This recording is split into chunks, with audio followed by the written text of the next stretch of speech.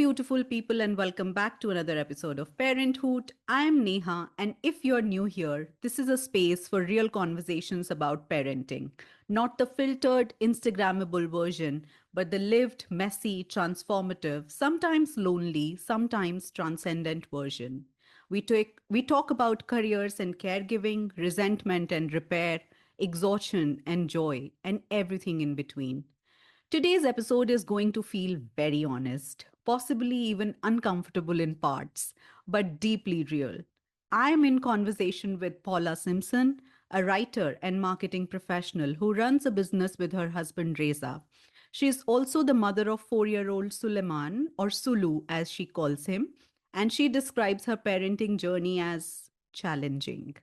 PPD, matrescence, missing her old life of travel and freedom, researching her way through the endless noise of parenting gyan, building mom friendships, and trying to raise a child she'll be proud of as an adult. Paula, I'm so glad you're here. Thank you for trusting this space and being here. Thank you for inviting me. Let's start with you, not just as a mother, but as a person. If you had to describe yourself in 3 words or phrases right now, what would those be? Chaotic, Mm-hmm. stressed, permanently stressed. That's 2 words. uh, and funny, potentially. Oh, I would attest to that. You should read her LinkedIn posts to know what we are talking about because they are just so funny. And Paula, tell me, if your life were a book, what would this chapter be called? Oh, I don't even know about that, man. It's just life is a constant evolution, and it hasn't really ever worked out the way that you thought it was going to. I don't know about you, but like I started off, you in your head you have an idea what your life will look like when you're a little girl. You think, oh, I remember, envisaging my marriage, my wedding, and like the man that I would marry. And you think about, the 2 children you're going to have. And it was 2 children. I was going to do this by the time I was 30. um, and instead, that is not how it turned out. I got married at 26, 27 the first time, and it was to a Kiwi guy. I'm from New Zealand. And then we ended up getting a divorce 5 years later. It just didn't work. And then I got into another relationship, and that ended, and I was heartbroken. And so I ran away to India, as you do. And then a few months later, while I was here, I met my husband, and by then I decided that I probably didn't want kids. And then I had my son, and so you can see that nothing has really turned out the way you sort of thought it was going to. And I don't know if maybe like Alice in Wonderland might Yeah. be the book, just because it's just totally chaotic, and she just keeps on coming across different things, and I'm like, oh, I'll eat this, I'll drink this, I'll go down this rabbit hole, I'll do this, and then just everything just like unfolds in this absolutely chaotic way that makes no sense. Yeah. And every morning I wake up and I'm like, where am I? Oh, I'm in India. That's right. Yeah. And talking of that, you've lived across continents and you've built a life with someone equally well traveled. How have Yeah. those early experiences, that you've had shaped the kind of woman you are today? So, oh my goodness, it's so hard. So obviously when I was young, I thought that I wanted to have kids, multiple children. But then, I had a lot of freedom. I grew up in Mm. New Zealand where women do have freedom to do whatever they want. I studied, I got my degree, I worked, I obviously got married, got divorced, did a whole bunch of other stuff, traveled. Although a lot of my travel I ended up doing sort of in my 30s, not in my 20s.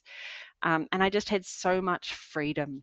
Um, and I think that has really shaped who I am today, because even in India, where there's so many expectations on women, I am quite immune to them. I'm amused by them. And I know Mm. that it's so much more difficult for Indian women or to deal with these things, because they feel these expectations on them so much more than I do. But me, with my freedom, and my total lack of respect to authority, I think I just I can shrug 99% of these things off and just move on with my life. And it's made me much less afraid to make choices that are best for me or my family, rather than just doing what everybody else expects. Yeah. Yeah. But after becoming a mother, how much of that woman do you feel still exists unchanged? I don't think she's. Sometimes I wonder if that woman is even there. Like the previous, so I was a writer. My husband ran marketing for an international company, so he would just go overseas for like a month at a time, and work from the US or the UK or wherever. And I would just travel with him, and I would work from wherever as well. And so that freedom was just, they were the glory days, man. Just great people you would work with. I could work from any kind. I can't. I've worked from all over Europe and the US, and um, at a number of Asian countries as well, and just constant traveling. And because I didn't have a child, I could just work as many hours as I wanted, or I didn't.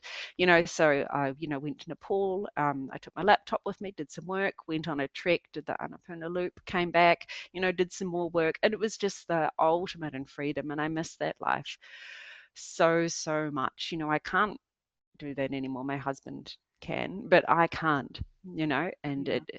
I don't think you can have a child and not be ultimately changed, like basically in a 180, um, from how you were, because I don't want to say the word stuck because that's not a very nice word, but I'm just so grounded now.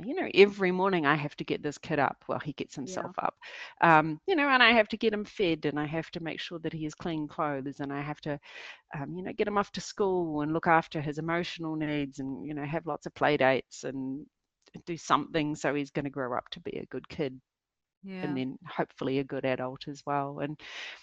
And constantly thinking, not thinking about my next adventure or next what I want to do or when I'm going to go home next, or it's always just thinking, oh, oh, my kid is just, it's like Sulu doesn't share at present. He's just turned 5, and he's sort of reverted back to not sharing things. And I'm like, oh, what is this phase now? How do I deal with this? And oh, so I've just got a chore chart with him yesterday, right? Because I'm sick of nagging. I just want him to do all these things without thinking. So I'm like, a chore chart seems like a good idea.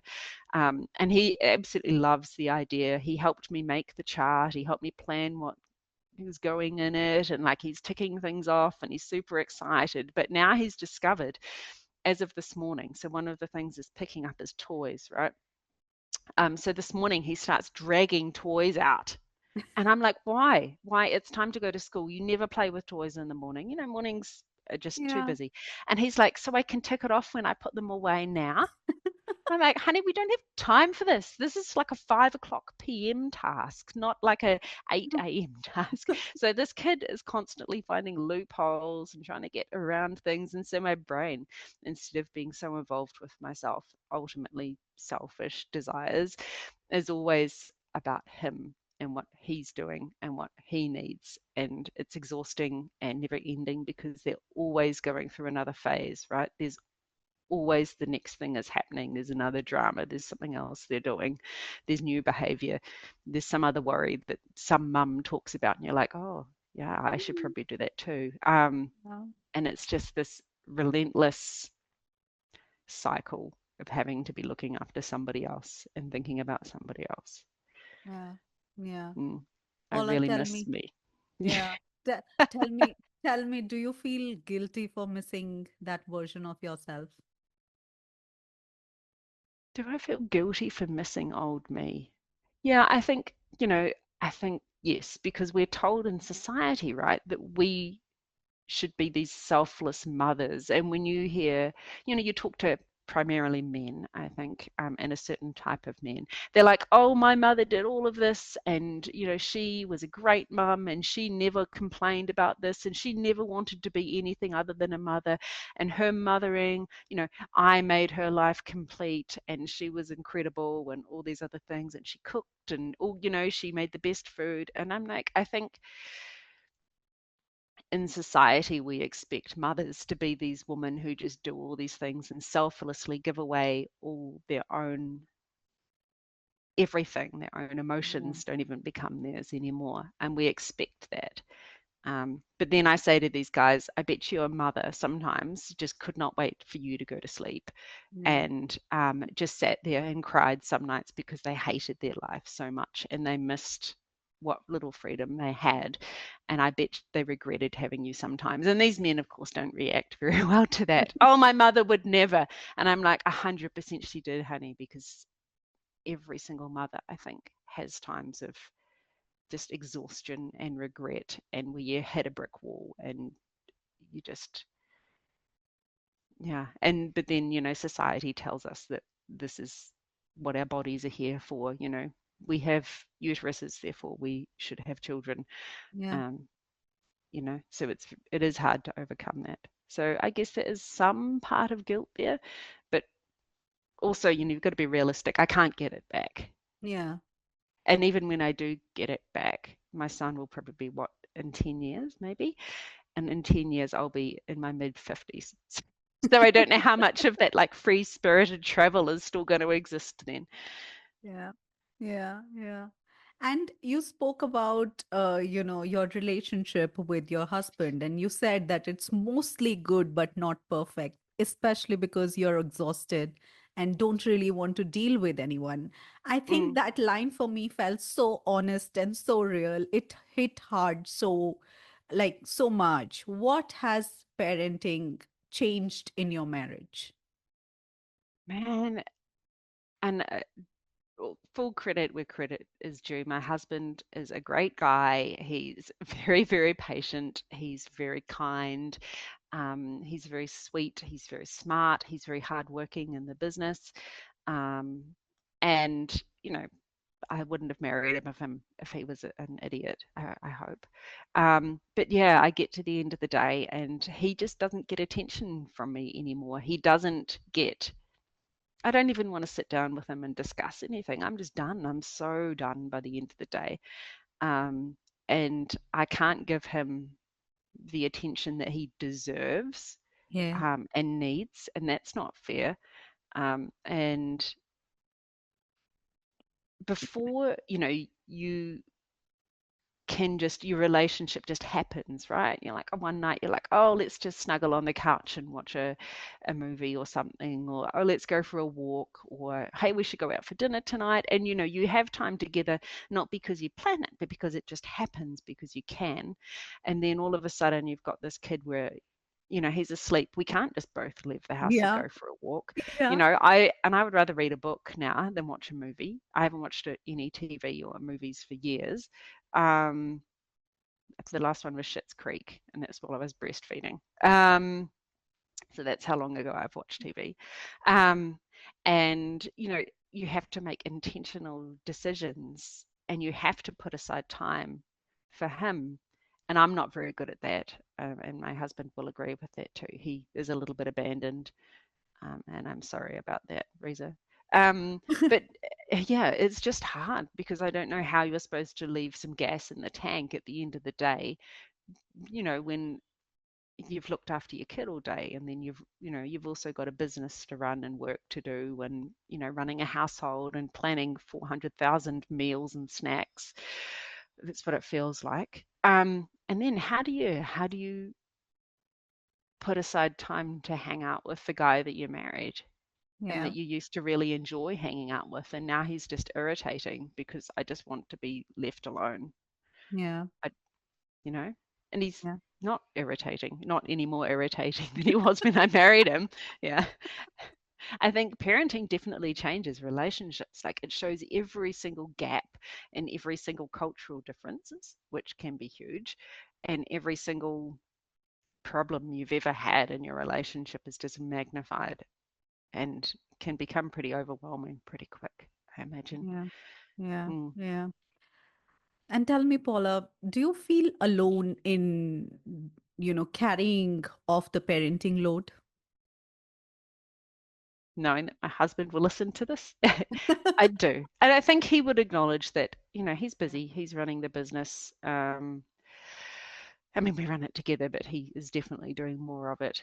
And so, yeah, I am carrying the parenting load. It's my Instagram feed that's full of parenting advice and reels, and this is what you should do, and this is the next thing that's happening in Bangalore your kids should do, and this is a kid-friendly restaurant. It's me that organizes his, school pickups and drop-offs, and cooks all the meals, make sure that he actually eats something that has some nutrition and just isn't like white rice.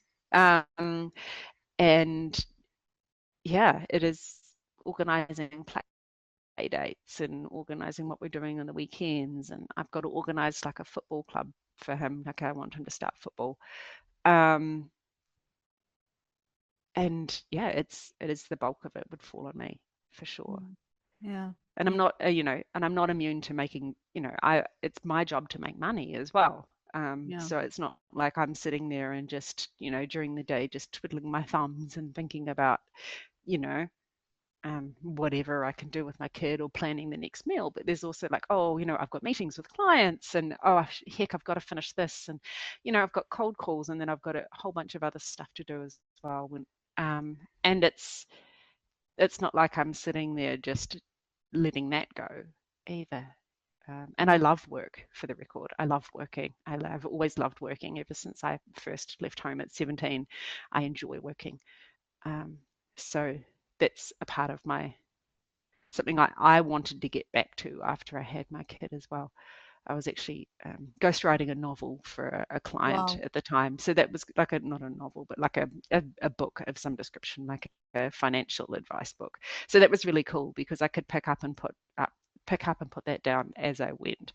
Mm. And that was important as well. But you don't, there's never any time where I just sit there with an empty mind and just think, oh, there's nothing to do. Yeah. Yeah. Yeah. Mm. And let's talk about support.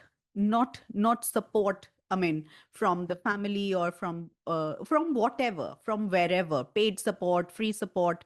What does support look like for you? And tell me, are you getting it? Do it's interesting. So I mull over this a lot because here in India, there are so many different kinds of support. So, you've got the mothers who live with their in-laws and have an extended family, and they've got a lot of support in some ways, and that there's always somebody at home.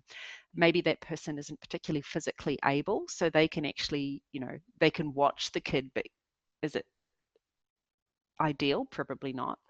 I've got friends who have multiple house helps, so like a full-time maid and a full-time nanny. They're still busy women, they're still struggling to do things. I've got a friend who's got like a full-time driver for their kid, and they've got like, obviously a full-time nanny as well. The kid, the kid's in school. I'm certain they've probably got a full-time maid at home, and she's still a busy lady. So I struggle to have other people in my home. This whole, oh, just get a cook, oh, just get a full-time maid, oh, just get a nanny. That was really tough for me. I don't like people in my space. I didn't grow up with that. I just grew up in a straight nuclear family. Um, so I had a nanny, and I had her for 4 years, 3 years, and she was great. Usha, she was incredible. She was just amazing with Sulu and completely reliable, and gave me the ability and the flexibility to work. But then, once Sulu started bigger kids school, and he's up till 3, there's no point retaining her. So um, and I've never really had my in-laws live with me. Like they'll come maybe for a month over Ramadan or something, but even then they're, elderly, and it's not like they can take a very energetic 5-year-old boy for a walk because he's just running off and climbing trees and jumping, and they're Mhm. terrified and they can't keep up with him. Yeah. And my family obviously are back in New Zealand. Um, I'm a long way from home. Um, and so support, yeah, it's tough because where do you allow the support? Mm. And and where I end up falling over is my relationship with my husband, because I just don't have the energy for him. And also I don't give as much energy to work as I would like, because I really want, there's people that say, oh, relish the time with your young kid because Yeah. you're only going to get this once, and on some level that does make sense. um it's I don't think there's any necessarily any easy way of being a mother, whether you've got like a full house help and like four people in the house looking after that kid, the mental load is still with you. You still are the one thinking, Yeah. oh, my kid is hitting other kids. What am I going to do? Or my kid, I don't know, is still wetting the bed and he's 15 years old. I should probably do something about that. I don't know, but it's still the mental load is still very much on the mother, even if you have all the physical tasks taken care of. And there's added complications with having full-time house help Yeah.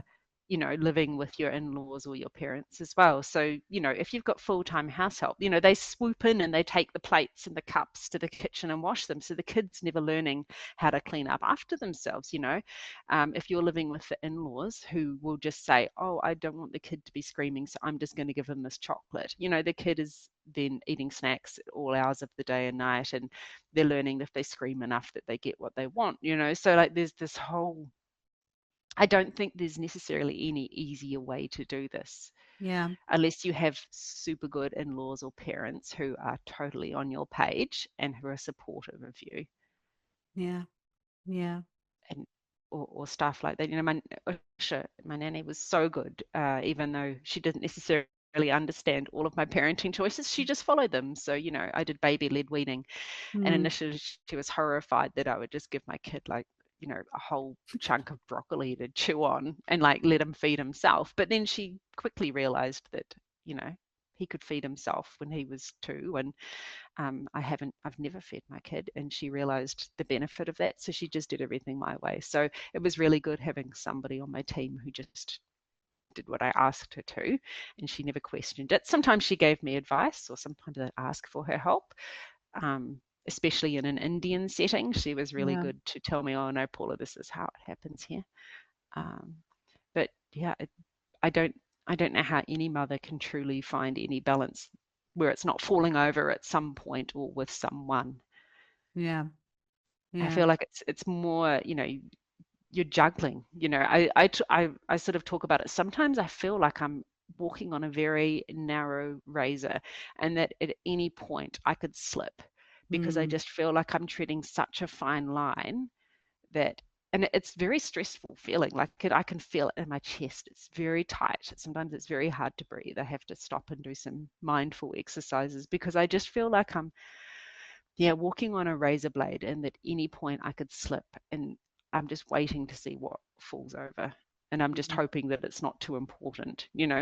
Like my mum friends, very forgiving if I can't do something. They're like, oh, whatever, we understand. But like, my marriage is important. I want to be married forever, and I want to love this guy forever, and I want him to love me forever. Like, I don't want to just be together for the sake of being together. And so how do you foster a loving and kind relationship? Yeah. But you know, when you're so burnt out, and how do you be effective at work when you sit down after having a morning, because mornings are terrible sometimes, and you get there and you sit down at your desk and you're just so overwhelmed with the battle that you had to get your kid to put on his bloody clothes and get out the damn door, and just jam into the school bus, and then you get back to your desk and you're like, oh my god, how do I focus on work when I'm feeling so dysregulated from Yeah. that? Yeah. Yeah. It's Yeah. it's a lot. It's a lot. And I think every mum has this. And it doesn't matter how old your kid is. Everybody assures me their teenage years are worst. So that's something to look forward to. Thanks for that. Thanks for Yeah, that. yeah. And I'm just mentally like, how old will he be when he's like really bad? Maybe, 13 maybe is when it starts. I'm sure there's some parents out there saying, no, no, no, it starts when they're 10 or whatever. This is a boy. So it's not Yeah. quite as, I think girls are a lot more scary in teenage years than boys. But I'm thinking 13, I've got another 8 years. How old am I going to be? Hopefully I'll be through menopause by then and life will be a bit easier. I don't know. Yeah, yeah. Talking of menopause, you spoke about, I don't know why my mind relates menopause with depression, but talking of menopause, you talked about postpartum depression and matrescence. Tell me, when did you first realize that motherhood was not going to look like what you expected? I went in with very low expectations. So I grew up in a family. I've got three siblings, so there's four of us kids. And we were free range kids. So my dad worked as a teacher. Mum also was a teacher. And I did a lot of the housework and raising my siblings.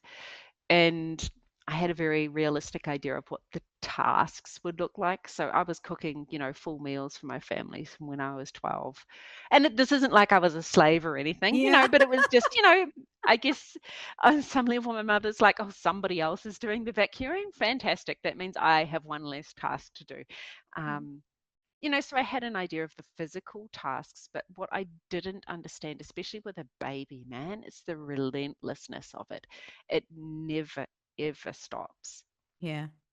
It never stops. Like there's always another meal to plan. There is always, you know, some event coming up that you have to plan for. There's always, your kid is always growing out of their clothes or ripping their pant leg off. Maybe that's just mine. I don't know. But it's just, there's always something. It is absolutely relentless. There is always cleaning. There's always picking things up. Do you ever go through a stage where you walk through the house and you're like, why is there a hair clip here? My son has long hair. So I'll pick up the hair clip and put that away. And then I was like, hey, like, what is this doing on the shoe cupboard? Like, what is that doing there? So you go put that away. And then you're in the kitchen and you're seeing a ball of Play-Doh on the floor. So you pick that up and you go put that back, and then you're like, oh, you see something else. And it's just, I can literally spend an hour just walking around my house, picking all these things up and just putting them in the place they're supposed to be. Um, no one ever told me that that would take up such a big time, big chunk of my life, just picking up random things in my house. Like right now, I'm looking at a cupboard and there's wool just tied around the cupboard door because my son likes stringing the house up Yeah. um, like it's a giant spider web. And so there's just this little bit of wool hanging there. And then I can see dust on top of the TV cabinet. There's a plant there that needs watering because it's like this. I'm not a very good gardener. And it's just this constant, yeah, the relentlessness of it. I did not understand. On some level, I thought, well, once the kids go to bed, you'll have some time to yourself, and you do. I'm very fiercely protective of my 1 hour of book reading time every night. Um, but it's not, because your brain is still thinking about other things, and you still have to get up and empty the dishwasher if your dishwasher's going, or wash the dishes, and you've got the mental load of knowing that tomorrow, if you don't wash the dishes, that they're still there in the sink in the morning. It's just the absolute relentlessness of it all. It just never stops. There's never a break, Yeah. ever. Yeah. Mm. And I think that's probably been the biggest thing. You don't get any time off ever. And so my bestie, she just went away. She was away for 2 nights, and she just went with two other people who didn't have kids. And she was like, I just got to sleep in. I didn't have to think about anything. But she's like, but I knew my kids were missing me. I knew that I would have to come back. And her husband was away, so I ended up with her kids for a lot of it as well. And she's like, coming back, and you've still got to cook meals, and at least the house was clean. But it never goes away. Even when you have time off, that the load just comes straight back the minute that you Yeah. walk through the door. Yeah. Yeah. And Your brain sometimes it's stops. more difficult to step away than to be in it, Mm, because you're like, at least when I'm in it, I'm doing the work. yeah. Because when you're away, it's like you're not even doing the work, you're not even resting or No. getting a break. Yeah. Yeah. And she knew that her kids would be fed junk food while she was away, and she knew they'd be watching a lot of TV, and so you're mentally prepared to just sort of put up with something that you wouldn't necessarily endorse Yeah. as a parent, but you're like, well, there's okay. But she came back and the house was clean, and the kids were relatively pleased to see her, very pleased to see her actually. and, and so that's enough. Sometimes just coming back Yeah. to a house clean and the washing done. um, Yeah. yeah, Yeah. Yeah. and the kids loved and looked after and just happy to be reunited with their mum. That was enough. But yeah, Yeah. I've had a break. I went to Kolkata for a friend's marriage at the beginning of shit, that was last year, about this time last year. I went and had Mm-hmm. 3 nights away, and because my in-laws were here with my Oh, husband at that point, and that was a nice break.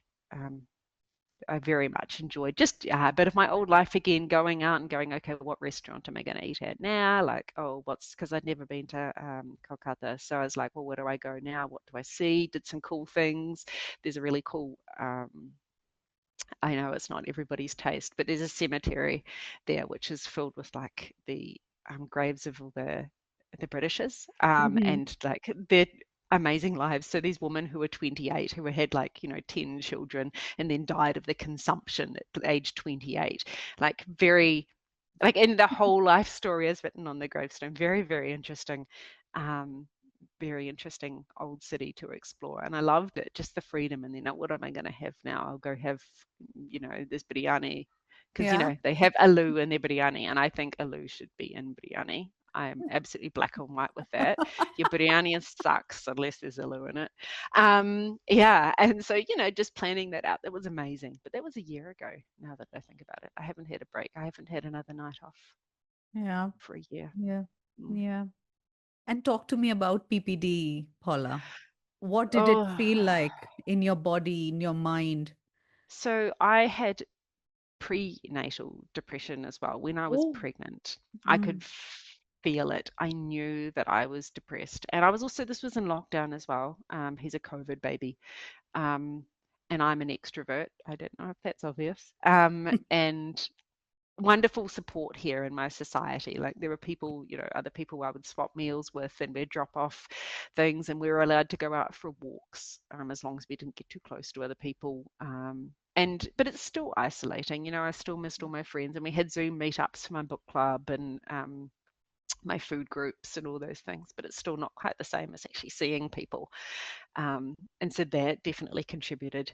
And then in my head, also, I had also thought I would go home and have my baby in New Zealand, because just the familiarity of a system in New Yeah. Zealand and no language barrier. Like I might speak a bit of Hindi, but my Kannada is maybe 10, 20 words. It's certainly not fluent. And I just really wanted to be home, but I couldn't get home because the New Zealand government locked the borders and were just like, too bad, you can't get here. It was going to be a massive drama to get there. Um, and and it was manageable when I was pregnant, right? Because the Yeah. baby is tucked away safely. And apart from the guilt that I was, setting up my child wrong with my bad negative hormones and bad feelings, he was safe in there and I didn't have to do any extra work. But once he arrived and the sleeplessness kicked in as well, and the language difficulties with my mother-in-law who speaks Tamil, and my Tamil was even less than my Kannada. Pick a language, any language. Look, if I just had to learn one language, it would have been okay. But I've got a smattering of, everything going around, and just being so far from the familiar and such. And I'm used to being, India is home, and I Yeah. love India, and I'm very well accustomed to it now. It's been here for almost a decade. But when everything else is so new, I'd never had a Yeah. child before, and it really highlighted the areas where I was falling apart. And then my husband also and I didn't go through that scenario very well, and some pretty ugly things happened that um, they were pretty awful. And yeah, it was incredibly tough. And I thought many times about killing myself. I live on the ninth floor, so you know, it's not uncommon here in India. And I thought long and hard about that. Um, Many times it was a constant thought in my head.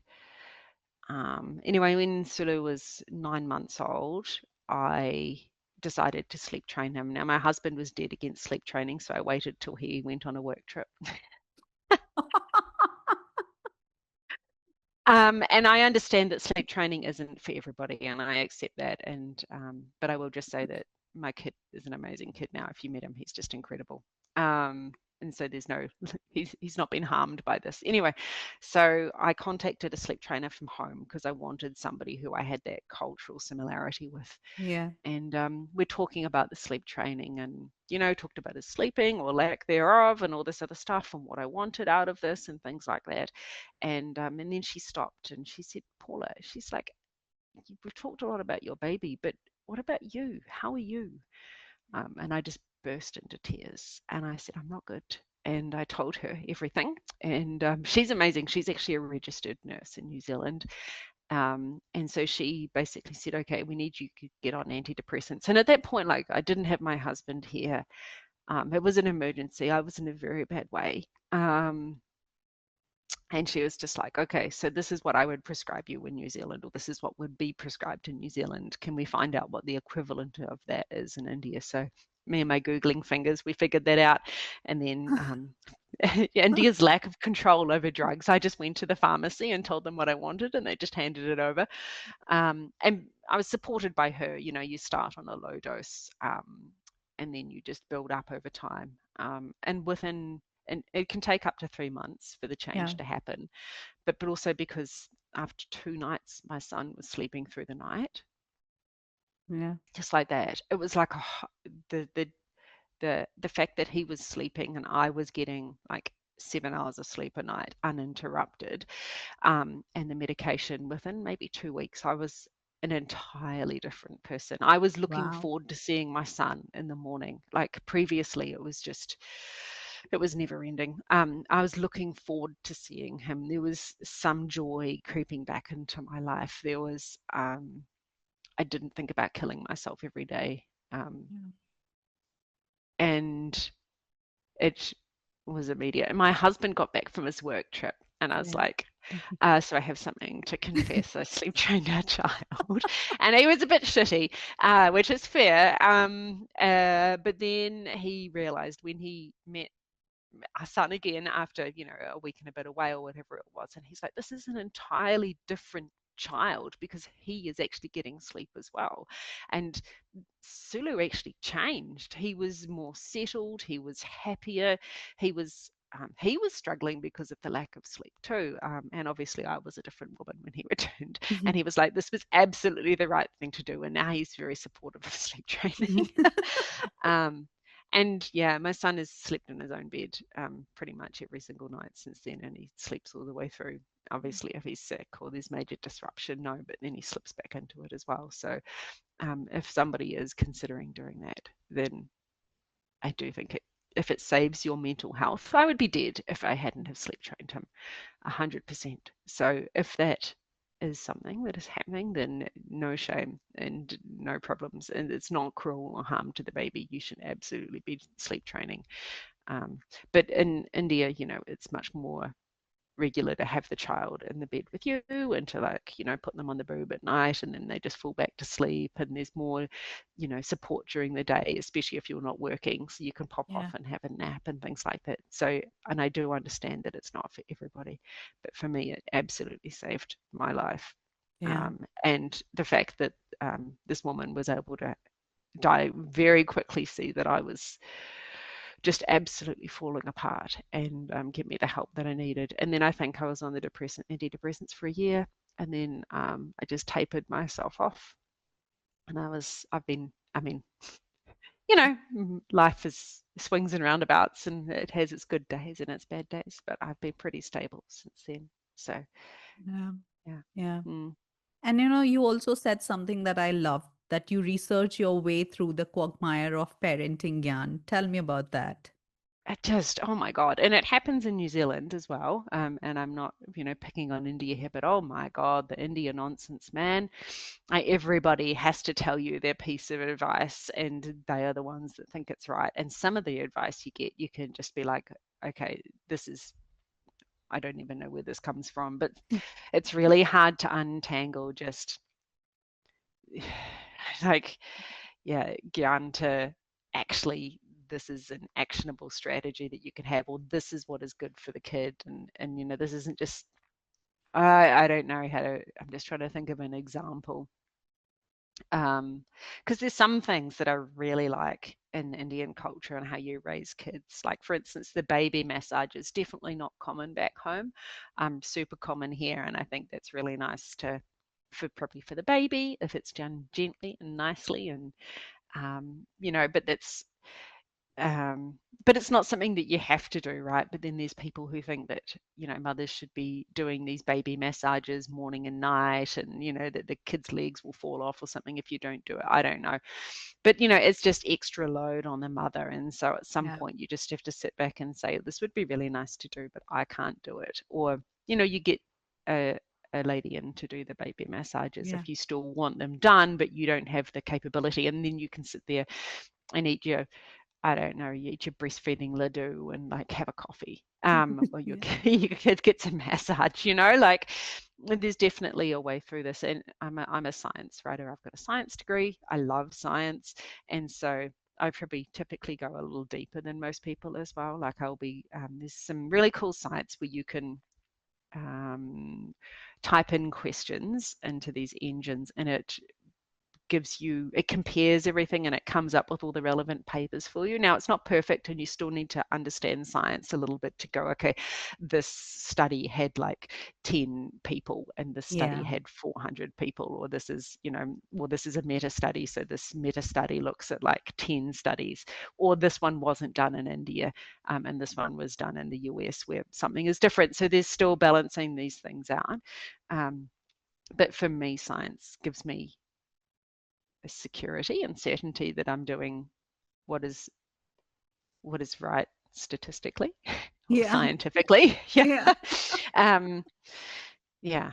Yeah. And so a lot of this stuff, but there's a lot of nonsense out there, man. There's a lot. And with the shifting of society as well. Like, I was talking to a friend about this the other day, and she's like, I love how your kid just, he goes out and he climbs trees and he plays in the mud, and, we go to the park lots, and, we hang out with the park cats because I feed the cats down there and things like that. And she's like, oh, I love that. But then there are other people who look at it and they're like, oh, you give him too much freedom and Hmm. what if he gets hurt? But all this research says that our kids need to spend more time, well, obviously safely, and need to spend more time on their own and going out and doing things on their own and building a sense of independence and fostering their like sense of self-esteem. And it's all really good for this time that they spend out there getting dirty. They learn about risk, like how do you know how to climb a tree unless you almost fall out of a tree, or unless you do fall out of a tree. I don't know. There's risks, especially boys need to take. Yeah. There was a study released recently where boys are not reporting to the hospital with as many broken limbs as they used to. And that Mhm. sounds like a positive thing, but it's actually not, because kids aren't learning how they can safely take risks. And so for me to be able to go through and look at that study and say, oh, okay, so taking risk and, having a broken leg is obviously not ideal, but, it wouldn't be the worst thing on earth. And that's how you learn how to fall and learn how high you can climb, or whatever that looks like.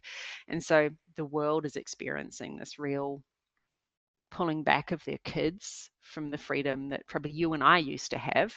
And in Yeah. India, I think it's more acute because, like, where do you guys go? Unless you live in a society, where do the kids play? The Yeah. roads are too busy and they're Yeah. dangerous, man. They're dangerous. Like, your kids electrocuted, going to the local shop, and, kite strings everywhere. So, getting cut on the back of a bike or something. Or I don't know, India's a dangerous place, and there's so few places that kids can safely play. And if you're in there like a gully, you can play some gully cricket, and that's cool. But is that the only place that they can safely play?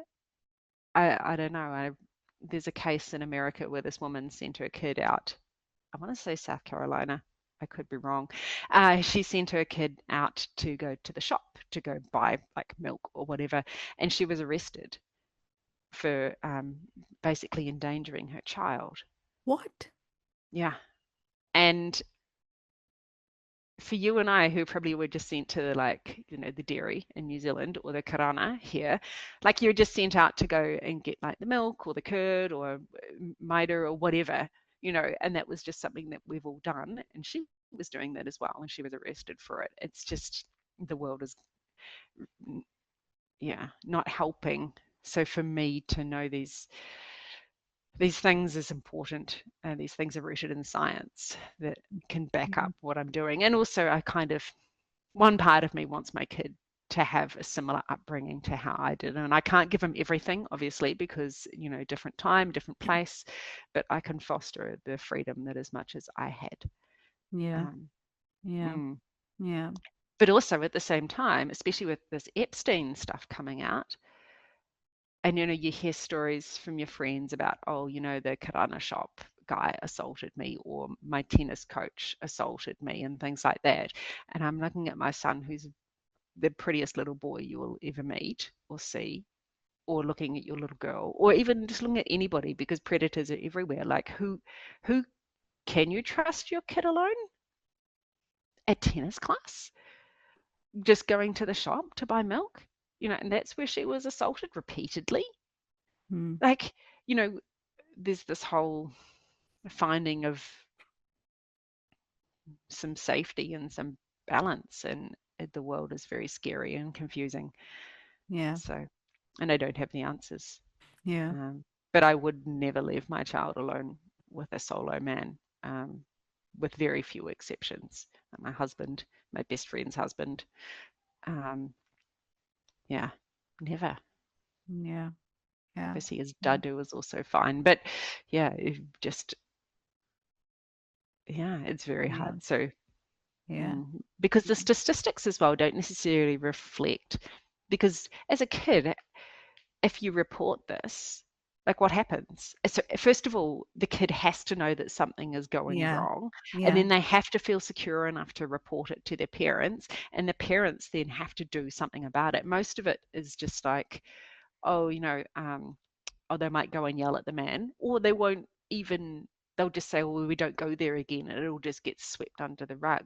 So we don't have stats about how prevalent this is, and I suspect it's very, very prevalent, especially here in India, Yeah.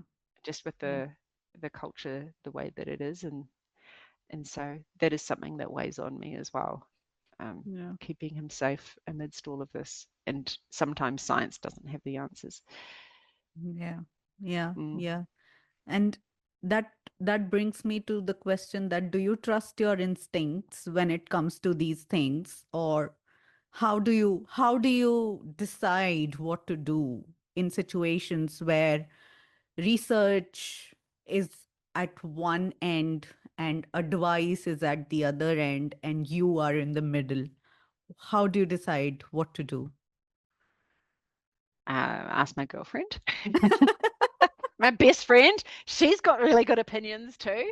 Um, but also, I mean, yeah, you can go with your gut instinct. I think every single woman will have a story about how she was assaulted, or how she had a bad feeling and she didn't trust that bad feeling and a bad thing happened. And I think we could all of us women could do with resting with that feeling for a little bit and going with our gut, especially if there's no, like, black and white answer, like, oh, you should Yeah. trust this person or not trust this person. If you've got a feeling, you should err on the side of that feeling, I believe, as well.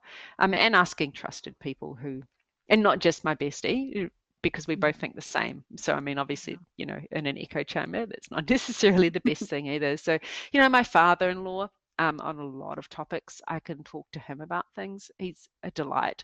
And he's obviously an older guy. And he's Muslim, and he's just got a very different perspective from me, so I trust him with a lot of my questions as well. He gives me very different advice than other people would, and I really um, love having him there for that. um, and I don't know, there's lots of other people as well, having people that you trust, not necessarily the same as you as well, but Yeah. other people that you can ask. Like, I wouldn't ask, there's a whole bunch of people I wouldn't ask. um, yeah, I have a lot of people that I can message, and I'll be like, hey, this weird thing just happened. Is this an India thing? Have I misinterpreted something here? Have I gone culturally astray? I have a lot of people like that as well. So having these people that you can call on for help, and they don't think you're completely weird for this like random question, that's super helpful for me as well. Yeah. Having a good support team. Mm. Yeah. Yeah. And tell me, have you changed your mind about anything major since becoming a mother? Do you know, I'm still, you know how there's that meme, um, something like, oh, the best parents are always the people that don't have kids, because, you have all these ideas about how you would parenting and then parenting actually happens and it changes. I only had maybe one or two absolute things when I was pregnant. So one of them was he'd be sleeping in his own bed, and he's always done that. I'm a very light sleeper. I have to sleep with earplugs. Even my husband annoys me. So that was always, and that has happened ever since he was born. He slept in his own bed, and very minimal TV time. And I'm very, very leery of devices and AI in particular. I'm very, very cautious around, and we don't have to worry about AI just yet because he's 5. But like those things, I've Yeah. carried. He watches TV for half an hour a day while I cook dinner because there's no one else in the house, and otherwise he's under my feet. Yeah. If I'm rolling roti, he comes in and rolls roti. That's his little job. That's cool. But everything else, it just adds to my stress. Mhm. And we cook at other times, like we'll do baking together or make lunch together. So dinner time, he just watches TV while I'm preparing. That's it. And I have been black and white on that from the start.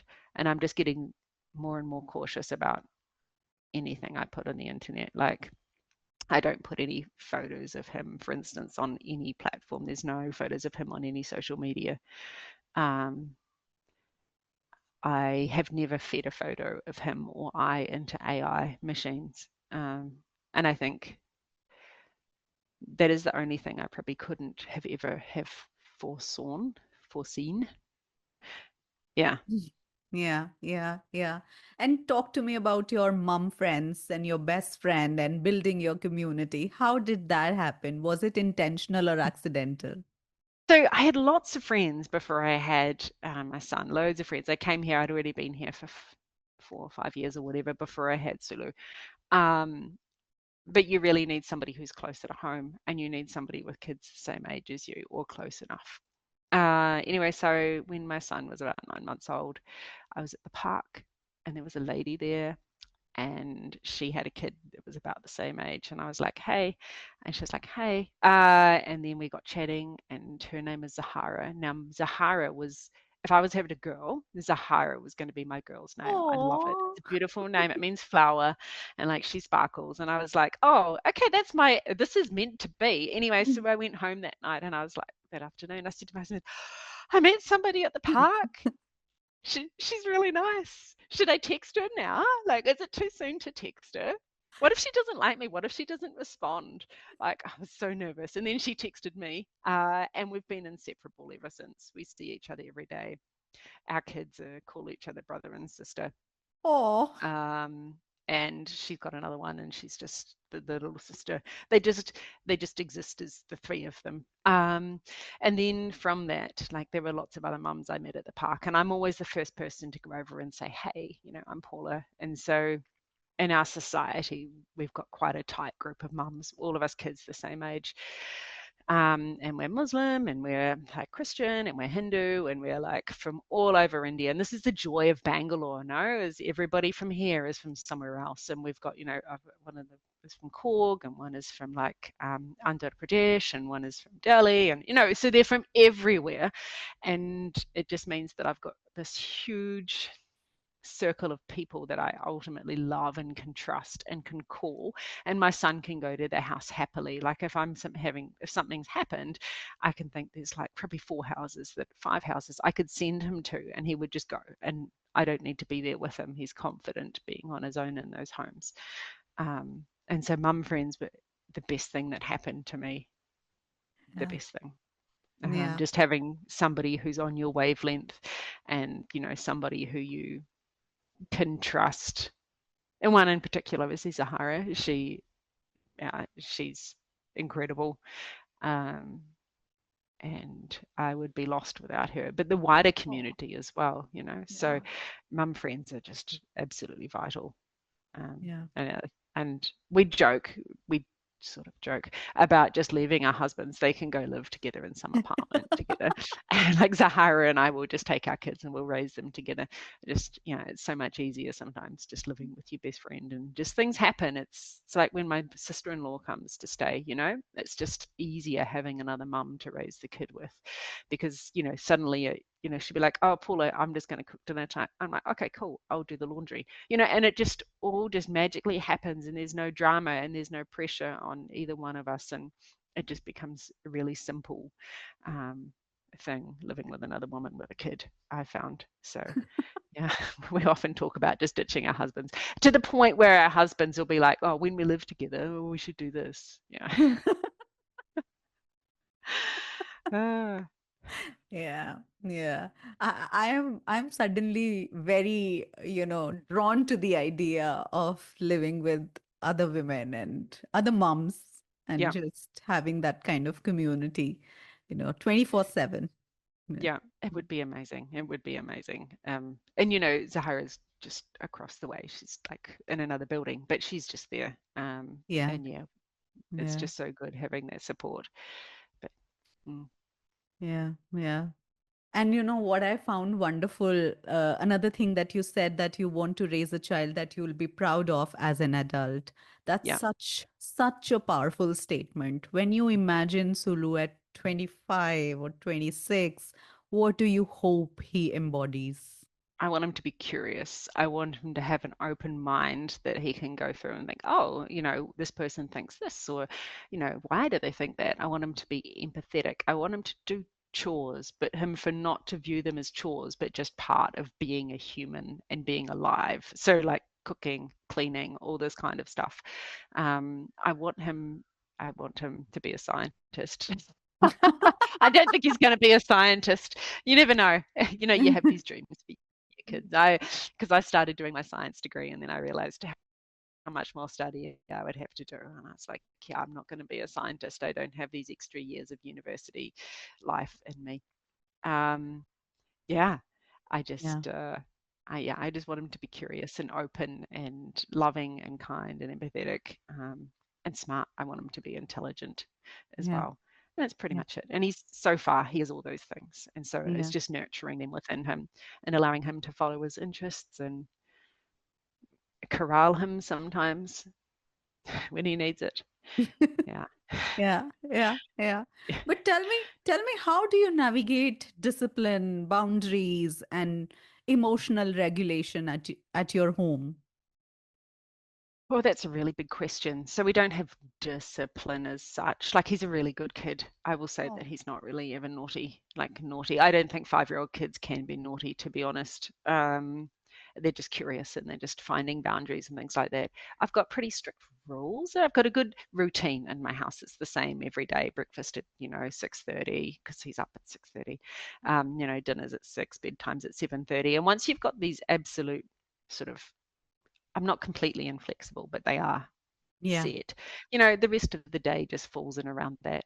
Um, and that's good. And, you know, there's rules like, I don't even know, I can't think of anything. He's a pretty crazy kid, to be fair. I haven't had to really do much hard parenting. The emotional regulation thing, that's hard because I struggle with that myself. And Yeah. so it's a lot of like deep breathing from my end Mm, and thinking, okay, Paula, you're the grown up, you're the adult. You know, my father didn't regulate himself. He was an angry man, he still is. And I just remember thinking as a teenager, God, you're supposed to be the adult here. And what is this nonsense, you know? So for me, it's like, it's a lot of, I might be holding Sulu, who's sobbing because he lost a bike race, right? It happens. And I'm just having to physically remind myself to breathe and do some deep breaths and say, well, you're the grown up here. You're modeling how to manage your emotions. And I'm like, yeah, it's okay to be disappointed. You know, we can't win everything all the time. And, you know, that is hard. Yeah. But a lot of it is just reminding myself that I'm supposedly the adult in the situation, even though at 44, I'm not a grown up. I'm not an adult. I'm still 27, by the way, in my head. I don't know how I got to be this old. Um, but yeah, there's a lot of me having to regulate myself first, and that is very, very difficult. There have been times where I've had to put him down and just go put myself in the bedroom and say, look, I just need 1 minute because I can't deal with this right now. And there's no one else in that moment. There's no one else. There's no one else in the house. There's nobody else you can call. You have to deal with it right then and Yeah. find an appropriate way. So I will just sequester myself in my room for a minute, do a few deep breaths. And that's sometimes enough. Meantime, he's screaming outside the door and battering on it to be let in. But it sometimes just not having someone to touch me and in my face screaming is enough for like 2 minutes, a minute, and then I can get back out there and parent again. Um, Yeah. it is hard. Yeah. Yeah. The rule thing, and like he does have rules and boundaries and guidelines. I gentle parent with boundaries and guidelines and rules because you need them. Kids need them. Kids like rules, even if they feel like they don't. He has chores that are non-negotiable. He, has that set routine, and I don't know.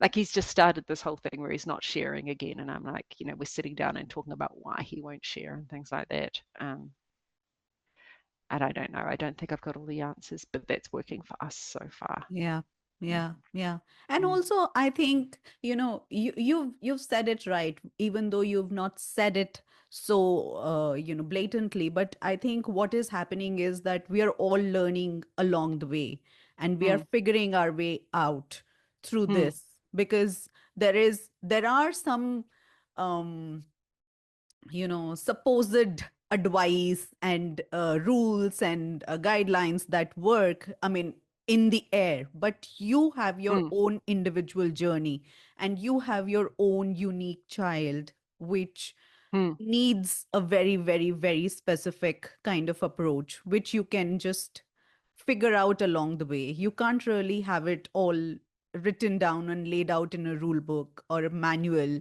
And Every kid is different. When I look at yeah. like my friends' kids, when I look after them, like Kavesh came over the other day and he spent like a couple of hours here. Kavesh is a bloody joy, man. He's great. He didn't require me to do anything. He was fantastic. But then I like have, some other kid who's like constantly running up to me, Paula this, Paula that, Paula Sulu did this, Paula Sulu did that, blah, blah, blah, blah, blah. And they need a whole different management strategy.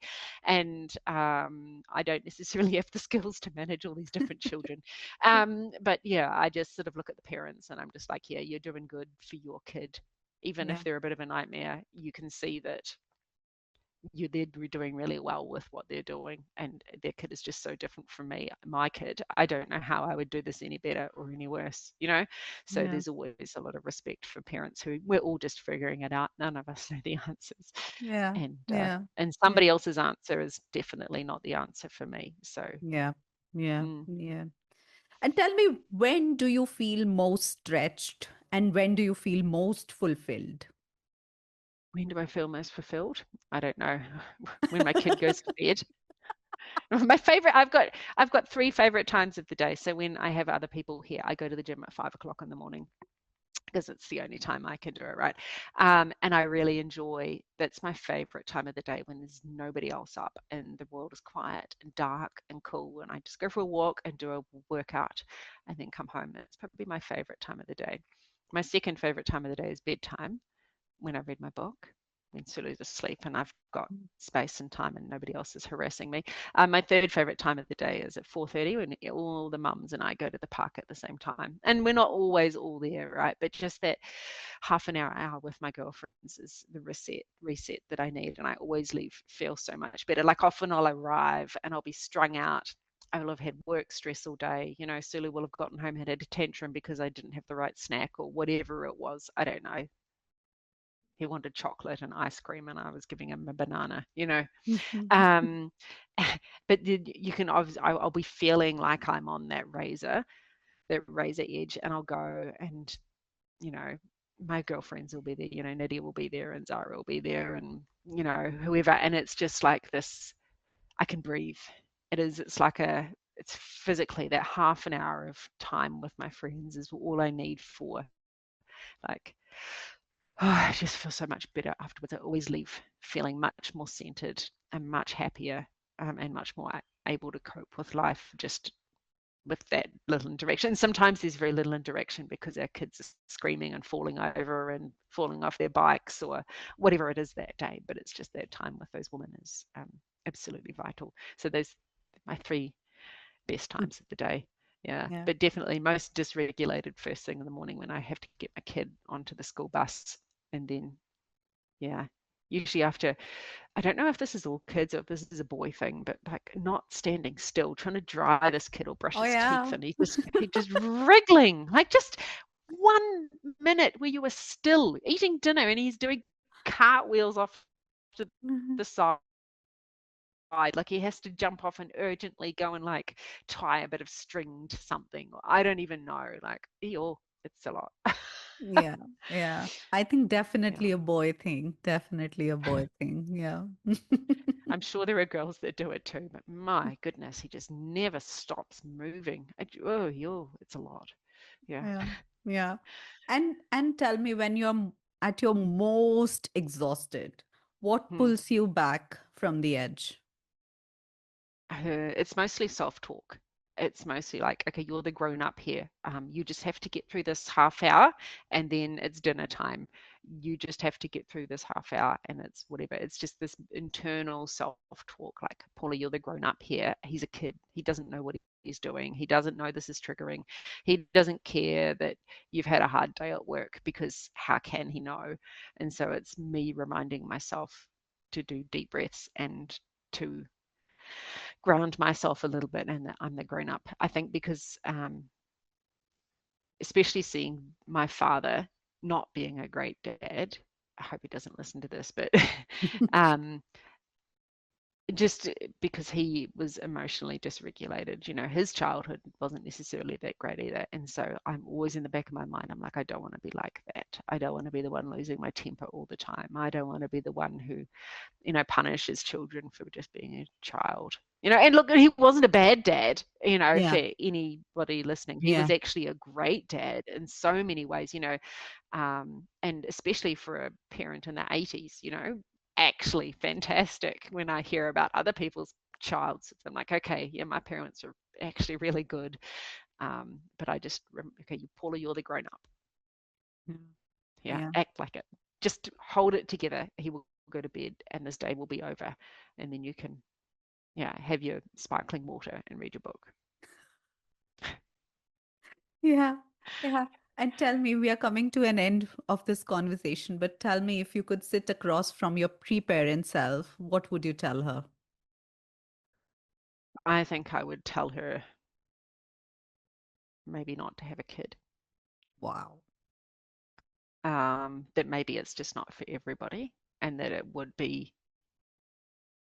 extremely challenging. But if it was too late, if I was already pregnant, I would have just said, look, you need to prepare for your total loss of self and your total loss of the life that you had and you loved, and for the total remolding of your being in a way that you didn't want and still don't really enjoy, 5 years down the track. Um, yeah. Yeah. So Yeah. Wow. I maybe set her up for that, and maybe, like, I knew about matrescence, and there's some really good people, there's some amazing people doing amazing work around matrescence. There's one lady here in India in particular that she's just doing some incredible work around it.